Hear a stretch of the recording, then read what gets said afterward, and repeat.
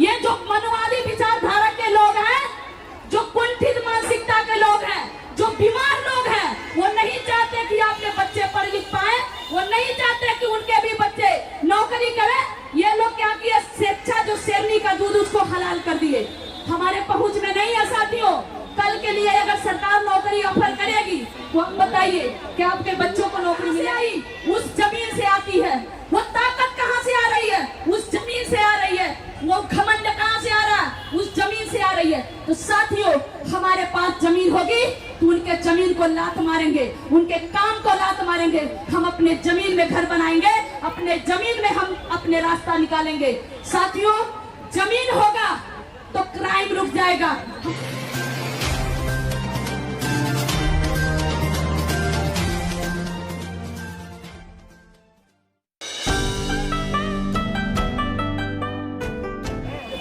एक गांव में एक कहावत और भी है कि खिसियानी बिल्ली खंबा नोचती है। आप लोग जानते हैं ना? तो जो हम लोगों के साथ अभी कुछ देर पहले हो रहा था, वो प्रशासन क्या कर रहा था, मतलब खिसिया करके कुछ कर तो नहीं सकते, तो क्या कर रहे थे हमारे पत्रकार महोदय, लोगों को आईडी हेन तेन सब जो है परेशान करने की कोशिश कर रहे, खिसिया करके खंबा नोच रहे थे। साथियों, मैं आप सभी लोगों को आपके घर घर तक गई हूँ, आपके गांव गांव तक गई हूँ, और मैं ऐसे महिलाओं को, ऐसे भाइयों को, ऐसे लोगों को जानती हूँ कि आपके घर तक जाने के लिए रास्ता तक नहीं है। आप सभी लोगों के घर तक जाने के लिए रास्ता नहीं है। यहाँ गोरखपुर की बात करूँ तो अभी सांसद जो हमारे रवि किशन जी हैं, उनकी बहुत मधुर आवाज में सुनने को मिलता है कि मुस्कुराइए, आप गोरखपुर में हैं, मुस्कुराइए, आप गोरखपुर में हैं। लेकिन मैं कहना चाहती हूँ, इस अंधी बहरी सरकार से कभी हमारे दलितों के बस्ती में आइए, कभी हमारे पिछड़ों के बस्ती में आइए। हम भी गोरखपुर में रहते हैं, हमारे लिए रास्ता भी नहीं है। साथियों, आप सभी लोगों से निवेदन है कि हम हटेंगे नहीं, कुछ भी हो जाए हटेंगे नहीं। हमारे 4-5 घंटे के संघर्ष से इन लोगों की हाथ पांव फूल गई है। आज तक बहुत खा लिए, आज तक बहुत अय्यासी की जिंदगी जी लिए, लेकिन अब हम जीने नहीं देंगे।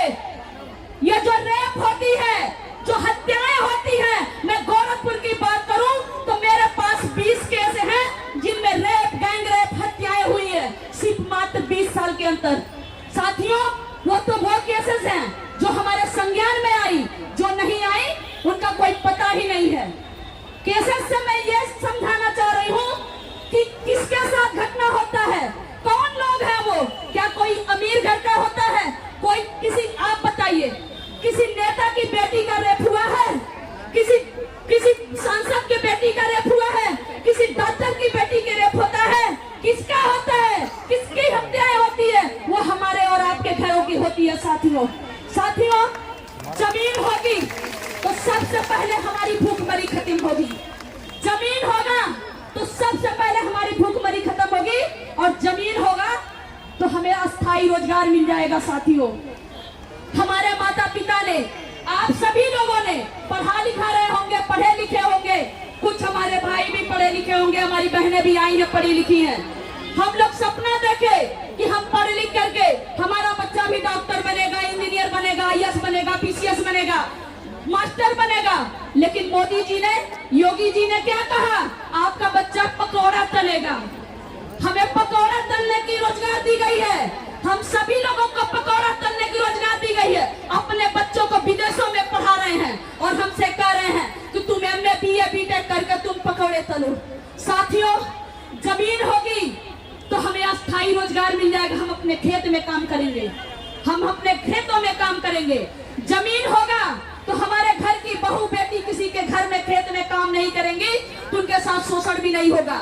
जमीन होगा तो हमारा मान सम्मान बचा रहेगा। आपको बता दूं कि आप सभी लोगों को याद होगा कि जिसके पास 1 एकड़ जमीन, 4 एकड़, 5 एकड़ जमीन होता है, वो गांव का जिम्मेदार होता है। और सुबह सुबह लोग आते हैं तो कहते हैं खेत में काम करने के लिए। मैं आप लोगों के बीच में यह बात बता चुकी हूँ कि वो आते हैं सुबह सुबह, कहते हैं का हो बिहान चलिए खेतवा में काम करेगा, बिहान आ जाइए, बैठौनी करेगा, सोहनी करेगा।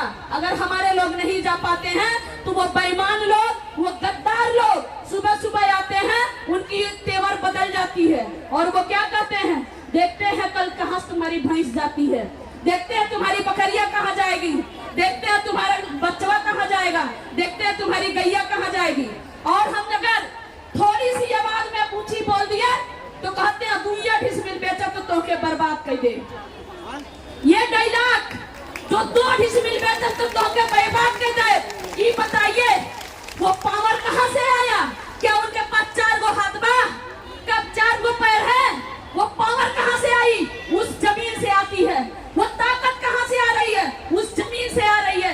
वो घमंड कहाँ से आ रहा है? उस जमीन से आ रही है। तो साथियों, हमारे पास जमीन होगी तो उनके जमीन को लात मारेंगे, उनके काम को लात मारेंगे। हम अपने जमीन में घर बनाएंगे, अपने जमीन में हम अपने रास्ता निकालेंगे।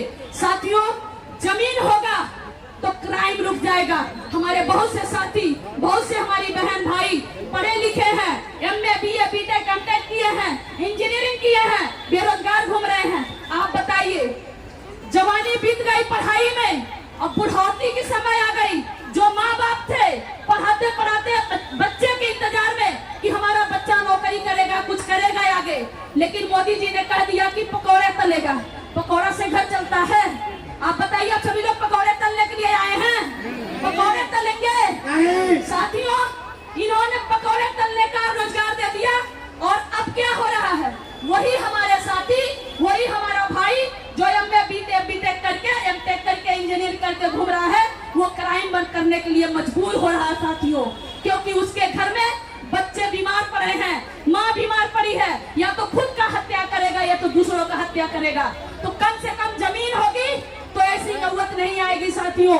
उसको किसी की हत्या करने की जरूरत नहीं पड़ेगी, किसी की छिनैती करने की जरूरत नहीं पड़ेगी, अपने खेत में काम करेगा। जमीन होगा तो हमारा और आपका मान सम्मान बना रहेगा।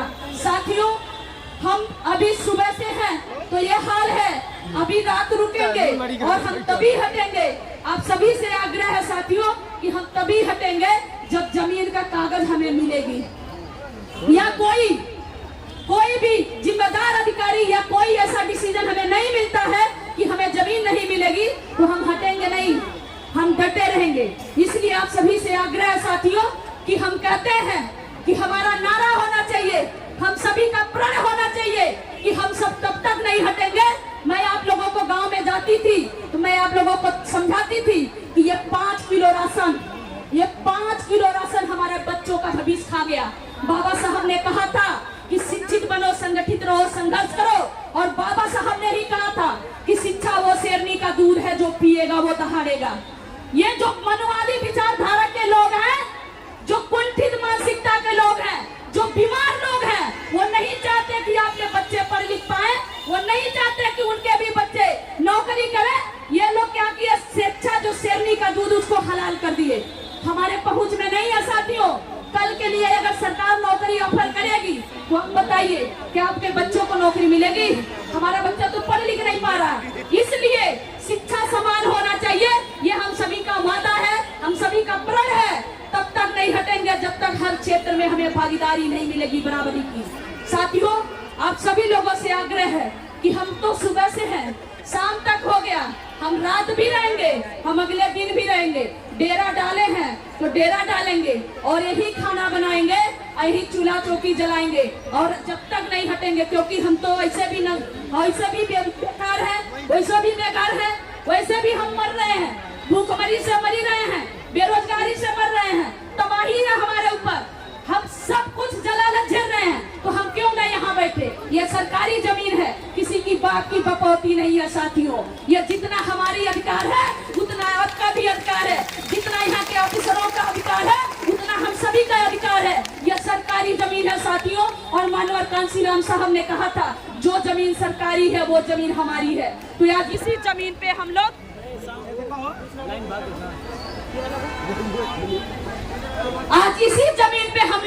चूल्हा चौका भी लगाएंगे, और वो लोग घबराए ना कि यहाँ हम आलू भी उगाना शुरू कर देंगे, गेहूं भी लगाएंगे।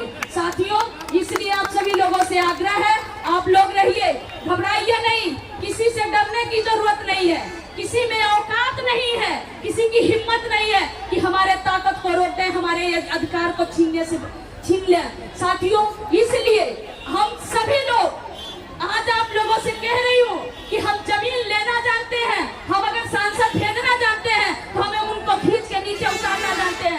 जमीन तो उनके छाती पे चढ़ के लेंगे। अभी तो ये अंगड़ाई है, आगे की लड़ाई है। जय भीम, नमो बुद्धाय।